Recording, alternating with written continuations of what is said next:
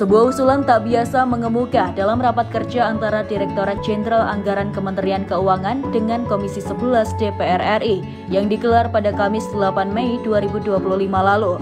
Anggota DPR dari fraksi Golkar, Galih Kartasasmita, menyarankan agar pemerintah Indonesia meniru langkah negara-negara Arab yang mulai membuka kasino demi menambah sumber penerimaan negara bukan pajak atau PNBP. Dalam pernyataannya, Galih menekankan pentingnya berpikir out of the box untuk menghadapi tantangan fiskal ke depan.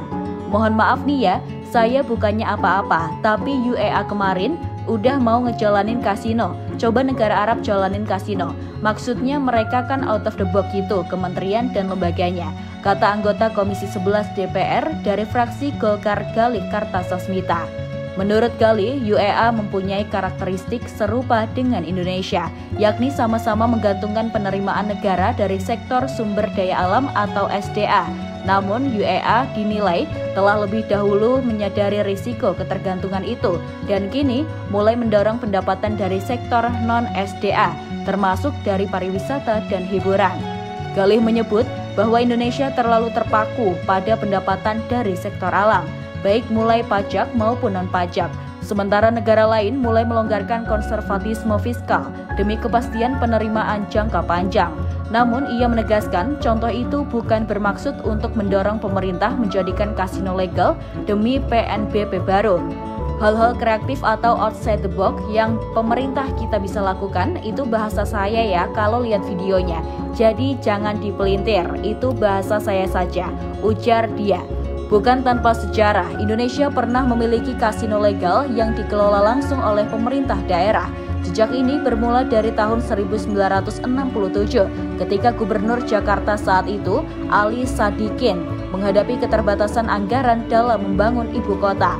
Dalam laporan Koran Sinar Harapan edisi 21 September 1967, dijelaskan bahwa Ali Sadikin melegalkan perjudian melalui surat keputusan Gubernur nomor 805-A-K-BKD-1967.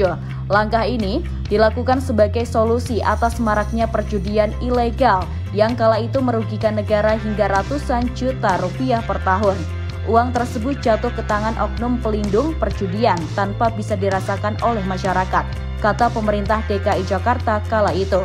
Kasino legal pertama di Indonesia dibuka di kawasan Petak 9 Glodok melalui kerjasama dengan DKI Jakarta dengan seorang warga negara Cina bernama Atang. Harian Kompas 23 November 1967 mencatat bahwa kasino ini khusus diperuntukkan bagi warga keturunan Tionghoa dan dijaga ketat oleh aparat. Meski terbatas, antusiasme terhadap kasino tersebut sangat tinggi. Warga dari berbagai daerah seperti Medan, Pontianak, Bandung, hingga Makassar berdatangan. Setiap bulan, kasino menyetor pajak sebesar 25 juta rupiah ke pemerintah, angka yang sangat besar pada saat itu. Dengan harga emas Rp230 per gram, nominal tersebut setara dengan 108,7 kg emas, atau jika dikonversi ke nilai saat ini bisa mencapai lebih dari 200 miliar. Tak hanya di Glodok, kasino juga dibuka di kawasan Ancol dan turut menyumbang dana besar untuk pembangunan. Dana perjudian legal ini digunakan oleh Pemprov DKI untuk membangun jembatan, jalan, sekolah, dan rumah sakit di berbagai penjuru Jakarta. Selama 10 tahun legalisasi perjudian berlangsung, anggaran pemerintah Provinsi DKI Jakarta melonjak drastis. Dari yang awalnya hanya puluhan juta menjadi 122 miliar pada tahun 1977. Dana tersebut menjadi bahan bakar utama transformasi Jakarta menjadi kota metropolitan modern.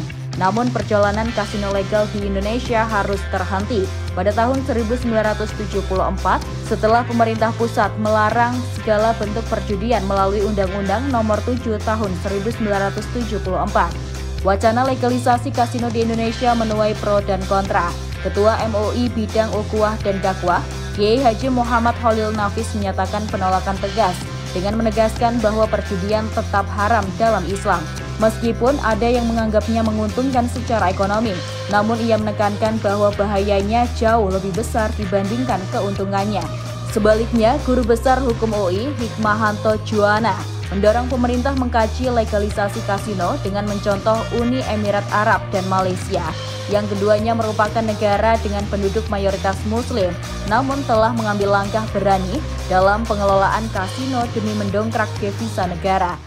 Berikut profil singkat Galih Dimuntur Kartasasmita. Lahir pada 25 Desember 1982, adalah politisi Partai Golkar dan pengusaha. Ia merupakan anak ketiga dari 4 bersaudara. Putra Ginanjar Kartasasmita, mantan pejabat era Orde Baru. Galih mengenyam pendidikan di Al-Azhar Jakarta dan menempuh studi di Amerika Serikat, termasuk di Lawrence Academy dan Newbury College. Ia menikah dengan Roberta Nitiyudoka dan dikaruniai 3 orang anak. Galih terpilih sebagai anggota DPR RI tahun 2024 sampai 2029 dari Dapil Jawa Barat 9 dengan perolehan suara 91.816. Ia duduk di Komisi 11 yang membidangi keuangan dan perbankan, serta menjabat sebagai anggota BKSAP. Sebelumnya, Galih aktif di AMPI dan GPP Golkar, serta memiliki pengalaman di bidang olahraga sebagai Ketua Bidang Luar Negeri KONI, manajer Timnas Sepak Bola Putri, dan Ketua Umum PB Padel Indonesia. Ia dikenal sebagai tokoh muda yang vokal, termasuk dalam isu legalisasi kasino. Kini, di tengah kebutuhan negara untuk mencari sumber PNBP baru, usulan Galih Kartasasmita menghidupkan kembali wacana lama.